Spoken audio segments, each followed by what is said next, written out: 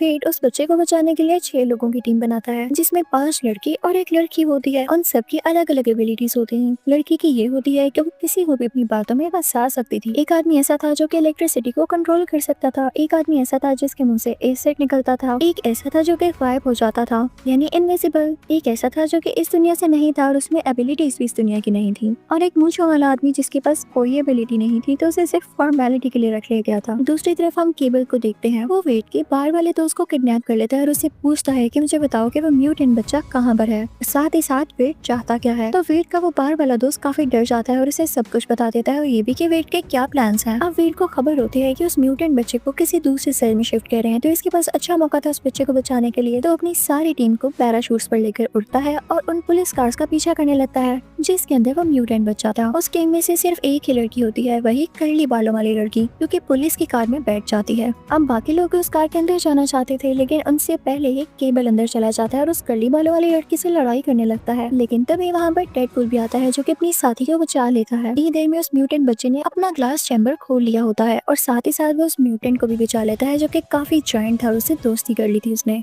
और म्यूटेंट बच्चा जैसे ही डेडपूल को देखता है तो कहता है कि जब मुझे बचाने का टाइम आया तो तुम वहाँ से भाग गए और अब आ गए हो। अब ये मेरा अच्छा दोस्त बन चुका है। जॉइंट म्यूटेंट की तरफ इशारा करता है और इसके बाद वो जॉइंट म्यूटेंट डेडपूल की बॉडी के 2 हिस्से कर देता है और फिर वो बच्चा उस जॉइंट म्यूटेंट को अपने साथ लेके चला जाता है। उसके बाद कर्ली बालों वाली लड़की आती है और वेट यानी डेडपूल के दोनों हिस्सों को अपने साथ लेकर चली जाती है। अब वेट को घर ले जाया जाता है।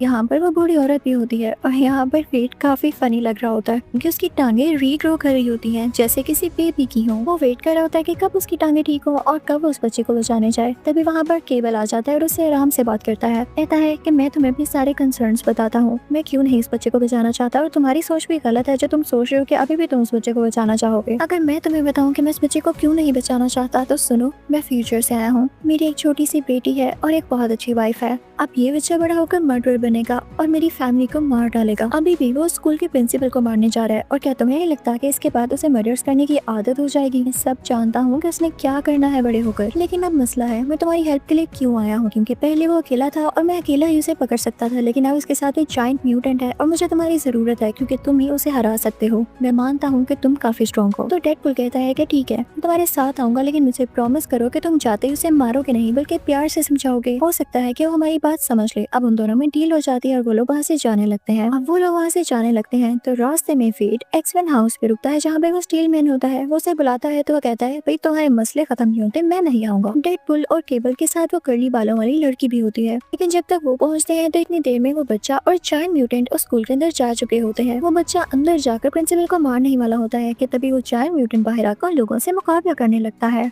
लेकिन वेट, केबल और वो कर्ली बालों वाली लड़की मिलकर भी उस जायंट म्यूटेंट का कुछ नहीं बिगाड़ पा रहे थे। अभी वहाँ पर स्टील मैन आ जाता है, यानी था वो भी दिल का अच्छा करना चाहता था वो मदद, लेकिन उसमें सेल्फ रिस्पेक्ट थोड़ी ज्यादा थी, जो कि अच्छी बात भी है। वो आकर उस जायंट म्यूटेंट से लड़ने लगता है और कर्ली बालों वाली बच्ची स्कूल के अंदर चली जाती है ताकि उस बच्चे को रोक सके। वो अंदर जाकर पहले तो सारे बच्चों को वहाँ से बाहर निकालती है। अब केबल और डेडपूल उस बच्चे के पास आते हैं। बाहर स्टील मैन के पास वो टीनेजर भी आ जाती है और वो दोनों मिलकर उस जायंट म्यूटेंट को मार डालते हैं। अब वो बच्चा प्रिंसिपल को अंदर मारने ही वाला था, तो ये देखते हुए केबल उस बच्चे को मारने लगता है, लेकिन डेडपूल उसे रोकता है कि तुमने कहा था कि हम इसे समझने का एक मौका जरूर देंगे, इसे एक चांस देंगे। अब डेडपूल उस हेल्दी बच्चे को समझाने लगता है कि देखो, अगर तुम प्रिंसिपल को इसलिए मार रहे हो कि वो तुम लोगों को टॉर्चर करता है, तो तुम भी उसे मारने के बाद एक मर्डरर बन जाओगे और कोई तुम्हें अच्छा नहीं समझेगा, तो उसमें तुम में फर्क क्या रह जाएगा। इसी के साथ वो उस बच्चे की तरफ बढ़ता है और उसे कहता है कि मैं तुम्हें हमेशा से बचाना चाहता था, इसीलिए तो यहाँ पर आया हूँ। लेकिन उस बच्चे को डेडपूल की बातों पर यकीन नहीं आता, अपने हाथों से आग निकालता है और उसे जोर से पुश करता है जिससे वो दूर जाकर गिरता है। अब डेडपूल जब गिरता है तो उसे काफी दुख होता है। वो अपने गले में वही डिवाइस पहन लेता है।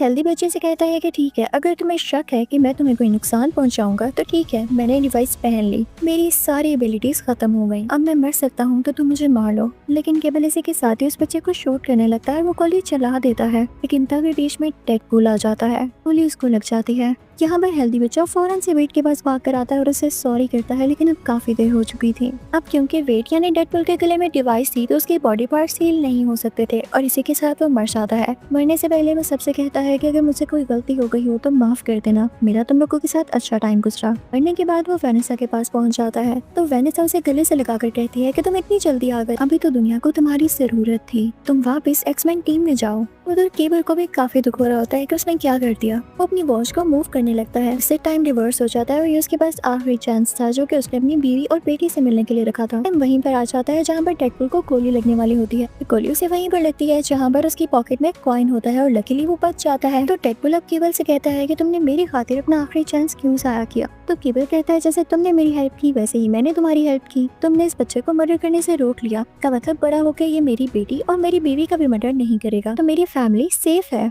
मैं यहाँ कुछ देर इंतजार करूंगा और अपनी फैमिली के पास वापस चला जाऊंगा। वो सारे लोग वहाँ से जाने लगते हैं। तभी पीछे से स्कूल का प्रिंसिपल आता है और उन्हें बुरा भला कहने लगता है, उनको ब्लैकमेल करता है कि मैं तुम्हें मार दूंगा। तभी टैक्सी ड्राइवर वहाँ पे आता है और कहता है कि तुम मारोगे हमें। इसी के साथ वो अपनी टैक्सी उसके ऊपर चला देता है, कहता है कि ये लो मैंने तुम्हें मार दिया। अब मूवी की लास्ट सीन में हम देखते हैं कि केबल की वॉच को टीनेजर और वो पिंक बालों वाली लड़की ठीक कर देते हैं और फिर बाद में उसको वेट भी यूज करता है वेनेसा से मिलने के लिए। इसी के साथ ये मूवी यही एंड हो जाती है। Thank you for watching.